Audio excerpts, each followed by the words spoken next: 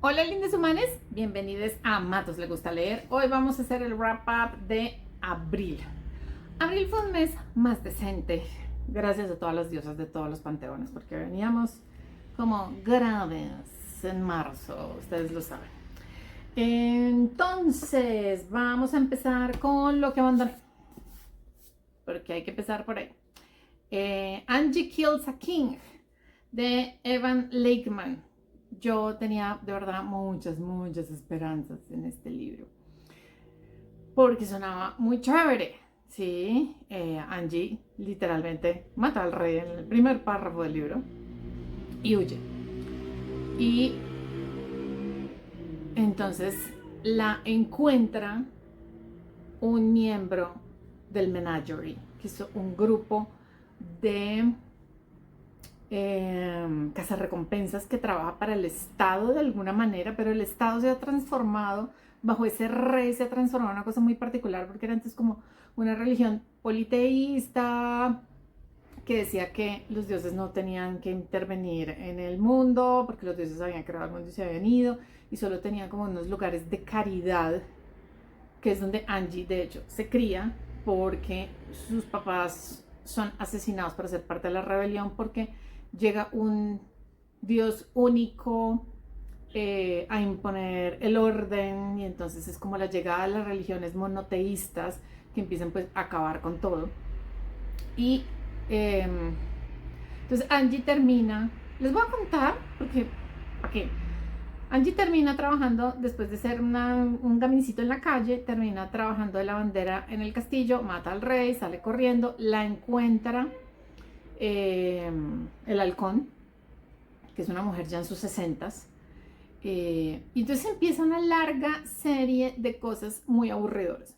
Entonces, esto es una novela de viaje, porque el halcón encuentra a Angie y entonces van por la campiña, pero la campiña es súper peligrosa y salen unos monstruos. Y luego se encuentran con los sacerdotes de esta religión monoteísta y son muy peligrosos. Y luego llegan a otro refugio y sale un monstruo gigante muy peligroso. Y luego llegan los compañeros, llegan el oso, que es otra mujer, y no me acuerdo cuál es el otro, que es un tipo que es mago. Y son muy peligrosos. Y todo es muy peligroso y no pasa nada. Angie sigue siendo un personaje muy aburridor porque sigue siendo una persona que sabe que está en peligro, que o sea, no la van a matar, porque el precio por su cabeza es muy alto para llevarla a violar, para poderla torturar frente al público por regicida. Pero no sabe cerrar la boca y decir y solo salen estupideces de esa boca. Sí, es un personaje muy aburridor. Y miren, llegué hasta la mitad del libro, o sea, llegué hasta el capítulo 20, llegué hasta la mitad del libro. Y entonces me puse a buscar por ahí como qué decía la gente y fue como, no, el Angie no aprende. Y es como, ay, no, déjese. Qué perecita, déjese.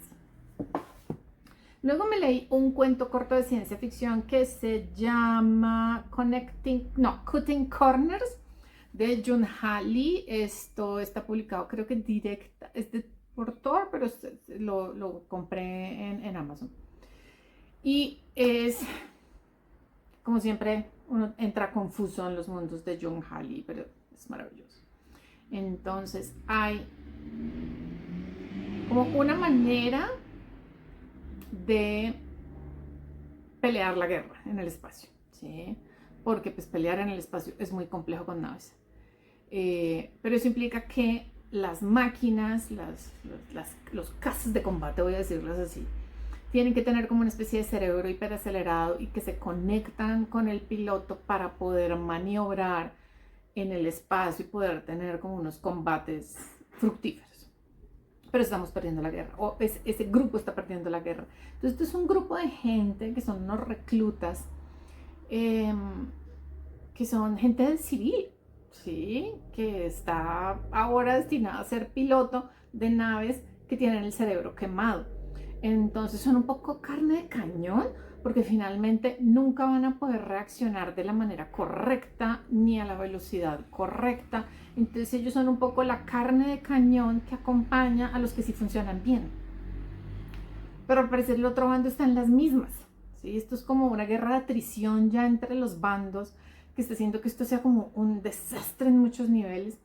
Y este cortar esquinas es un poco una expresión que es como cuando estás en una situación muy desesperada, empiezas a cortar cosas, que es como reclutar civiles, es cortar esquinas, no darles no gastar en ellos la maquinaria correcta, es cortar esas esquinas. Entonces lo que vamos viendo es cómo se repite esta situación todo el tiempo mientras ellos van entrenando y van entrando en combates pequeños hasta que van entrando cada vez en combates más grandes. Y finalmente en un combate grande muere la capitana y de hecho ella usa su nave para proteger al resto, pero ella les había dejado una información, el protagonista logra como descifrar esa información y en la siguiente batalla bota esa información al aire. Y es una ruta para escapar de la guerra e irse todo el que quiera a otro lugar. Es como todo el que no quiera seguir peleando en esta guerra estúpida, sigue esta ruta. Claro, esto se botó al aire, ellos son conscientes de que en algún momento el ganador o alguien más puede seguirlos, pero es su manera de dar una salida al conflicto y que haya gente que pueda huir, al menos temporalmente, del conflicto. Jung Halley es maravilloso en la ciencia ficción militar, es como su género, y esa desazón y ese desgaste y ese malestar total frente a esa guerra de atrición se siente y está muy bien relatado en el cuento. Y bueno, es Jung Halley, no hay nada que hacer. Bueno, seguimos con la segunda novela corta de Monje y Robot. Esta segunda se llama A Prayer for the Crown Shy, y continúa muy pegadito en donde termina el primero. Recuerden que esto se consigue en español, así igual en este mismo, en un bundle con las dos en español. Y el Monje Dex y Moscap están como en ir avanzando y encontrando, pero primero tienen que un poco encontrarse a sí mismos. Entonces cuando han avanzado un montón en ese camino de ir de pueblito en pueblito en pueblito y llegar a la capital, un poco la capital de la luna, donde los esperan las universidades y las cámaras y como todo lo que los está haciendo famosos en la luna, los dos como que frenan un poco y finalmente se terminan confesando que no quieren que se acabe el viaje. Por un lado para Mosca, porque de alguna manera es terminar la misión y eso le obligaría a volver a casa. Y para Dex es que todavía no sabe qué quiere, ¿sí? Él no ha podido encontrar algo que le dé una razón de peso de ser, excepto cuando está con Mosca y lo acompaña en este proceso de conocer su propio mundo. Es súper bonito, súper bonito. Hay una cosa muy chévere y es que se sienta la autora a explicar cuál es el sistema económico de la luna, porque es muy particular, porque Mosca entra en el sistema.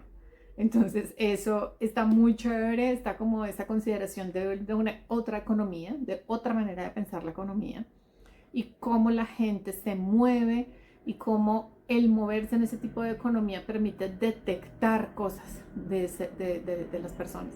Eso me pareció muy bonito y es precioso. O sea, de verdad es un slice of life, pero de verdad es muy, muy, muy bonito. Luego, ustedes no saben el calibre de nerd que yo soy, por si acaso. Se los juro, ustedes no lo saben.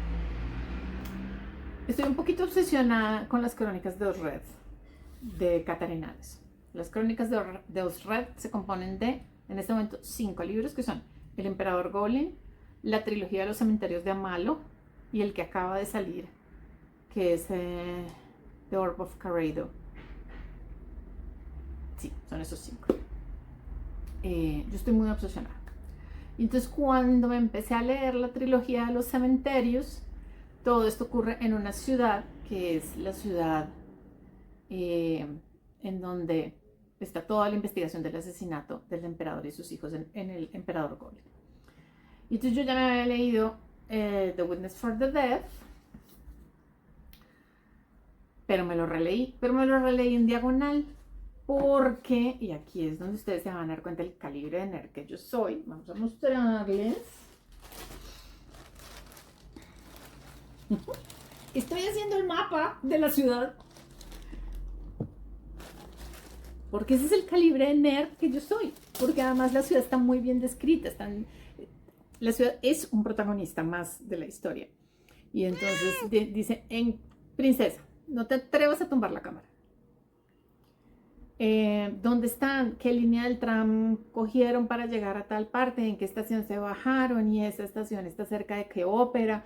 Y yo dije, no, yo tengo que tener este mapa. Yo quiero hacerme mi mapa de Amalo. Entonces me releí una vez más The Witness for the Dead, de nuevo en diagonal porque estaba buscando las locaciones de las cosas. Princess, ven acá. Estás muy insoportable. Y me leí entonces la segunda parte, The Grief of Stones. Y nuestro protagonista, que es Tara Selejar, es un testigo del alma de los muertos, es decir, que hay muchos testigos de los muertos, hay gente que oficia las honras fúnebres, hace los entierros, también hay gente que hace matrimonios, o sea, cumplen con una función social importante como un sacerdote, pero los del alma tienen un toque mágico que hace que hagan lo suyo con magia. Y él de verdad puede hablar con el espíritu de los muertos si no ha pasado mucho tiempo y puede como hacerles preguntas muy claras. Entonces la gente va y le pregunta como, no, es que se murió Pepita y yo juro que mi hermana no se suicidó, sino que la mataron. Y entonces él investiga, determina, más allá de ser una persona que solo escucha a los muertos y a las personas, termina siendo un investigador. Princesa, princesa, quieta. Termina siendo una especie de investigador para dar como no solo paz a los vivos, sino de alguna manera a los muertos. Y eso lo lleva a meterse en problemas, claramente. El primer caso, digamos, en el que lo conocemos es investigando a una cantante de ópera que parece que se suicidó, pero resulta que no, y eso lo lleva a conocer a la gente de esa ópera, que es la ópera Vermilion, y al director de esa ópera, que se empieza a volver como un amigo y tal vez algo más en el futuro.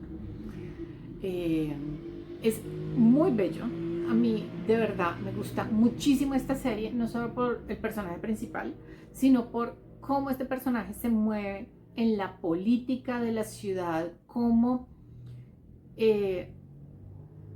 siendo un clérigo de una orden pues, que es lidiar con los muertos, él logra tener un impacto en la sociedad, porque además hay periódicos, esto es Gaslamp Fantasy, entonces hay periódicos, hay un montón de cosas, entonces la prensa lo persigue para escuchar como qué ha pasado con los casos, porque pues hay gente rica y famosa, una cantante de ópera metida en todas estas, y él empieza cada vez como a descubrir esos casos, y como hay casos que se cierran en sí mismos y hay otros que sí tienen como unas repercusiones más grandes, y eso cómo lo empieza a afectar a él en su relación con los poderes de la ciudad. Y especialmente The Grief of Stones es un libro muy difícil, spoilers, porque se enfrenta a una criatura mítica prácticamente, que es una criatura que se creó para una venganza. Y en ese enfrentamiento el libro cierra con Tara perdiendo sus poderes. No sabemos si los va a recuperar. Era una persona muy pobre, porque además el salario que recibía por hacer su trabajo era minúsculo, y entonces ahora que ya no puede hacer su trabajo, tampoco sabe cómo va a vivir. Es a lo que le ha dedicado toda su vida a ser clérigo. Entonces una persona que no ha perdido la vocación, pero sí perdió la capacidad de cumplir con su vocación. El final de este libro es muy doloroso, pero es increíble. Entonces estoy guardando el tercero así como un tesorito antes de que se me acabe. Y lo último que leí este mes es esta belleza. Esta belleza fue traumática, porque esta belleza llegó con todos sus add-ons. Esto es un Kickstarter. Y me pasé meses agarrada con la aduana colombiana para que me lo entregara y nunca me lo entregó. Lo devolvieron y lo devolvieron a Europa porque esto tiene el shipping en Europa. Entonces, ya con el libro Camino a Bélgica escribí y les dije, oigan, no se logró, peleé todo lo que pude. Y ellos me dijeron, no, Fresca, ya vimos que viene de regreso, te vamos a enviar un nuevo paquete. Y llegó, y pues obviamente me senté a leerlo de una, porque es que Kellogg's Loops es probablemente el primer artista que empecé a seguir en Instagram hace miles de años, cuando Instagram era una red social de artistas, fotógrafos, ilustradores, y no de gente mostrando dónde estaba de vacaciones ni qué come. Entonces para mí es como poder apoyar a este artista y como poder tener esto era como súper importante para mí. Era que es como, me emociona mucho tener estos Kellogg's Loops. Y el libro en ese sentido es súper generoso, porque entonces él se sienta a mostrar, uno, todo su proceso como artista, como alguien que estudió lo que los papás querían, él es australiano, y cómo empezó dibujando, pero porque sus papás decían pues que eso no era una carrera, que él tenía que estudiar algo decente, de lo que pudiera vivir. Y entonces él finalmente un día dice, ya no puedo más, o sea, yo quiero ser artista, pues porque ya empieza además a tener como una serie de reconocimientos, una serie de popularidad en redes sociales, de gente que le está comprando las cosas, y él dice, pues no, nada, o sea, me voy, me dedico a esto. Entonces es su proceso como creador digital y su proceso como ilustrador, y cómo esas dos cosas llegan a un punto medio, y cómo él va contando qué pasó con su familia, cómo logró como tener un lugar en la mitad entre como poder satisfacer lo que sus padres querían, especialmente su mamá, y ganarse la vida como artista. Estoy tratando de encontrar aquí. Entonces él va contando cómo es todo su proceso, pero hay cosas muy bonitas como esta página, ¿sí?, donde está el boceteado, y luego aquí está el boceto del papel. Entonces el libro es divino porque yo puedo quitar el boceto en papel y tener la pieza terminada. Y así hay un montón a lo largo del libro. Y cómo empezó él a hacer sus muestras en solitario, cuál es su relación con las galerías, y cómo, dónde está en este momento como artista, cuál ha sido la transformación en estos 10 años, digamos, de carrera, y dónde está en este momento. Y es precioso, porque además es súper generoso. Y les voy a mostrar, ya, princesa, déjame mostrar que esto es importante. Ay, ya va, llevamos, aquí está. Entonces, muestra todo. Muestra dónde está, están aquí. Muestra qué colores son los que usa, de qué marca, tiene ejercicios para que uno pueda como hacer el mismo tipo de degradés y como el mismo tipo de efectos que él ha logrado a través de años de práctica, investigación y ejercicio creativo, para que uno pueda intentarlo, ¿sí?, como él. Y entonces uno tiene hijas locas y dementes como la mía, que no deja a nadie en paz. Entonces, como ven, Abril estuvo mucho más chévere, a pesar de Angie, que Angie me iba colapsando el mes. Pero dije, no, pues, o sea, no me estoy soportando a Angie. No nos esforcemos más, chao, hay muchas cosas que leer. Tengo 2 cosas empezadas ahorita, esto es un despelote, pero bueno, algo se hará. Estoy tratando de cumplir con mi deber. Lo estoy intentando de verdad, verdad. Espero que leamos mucho.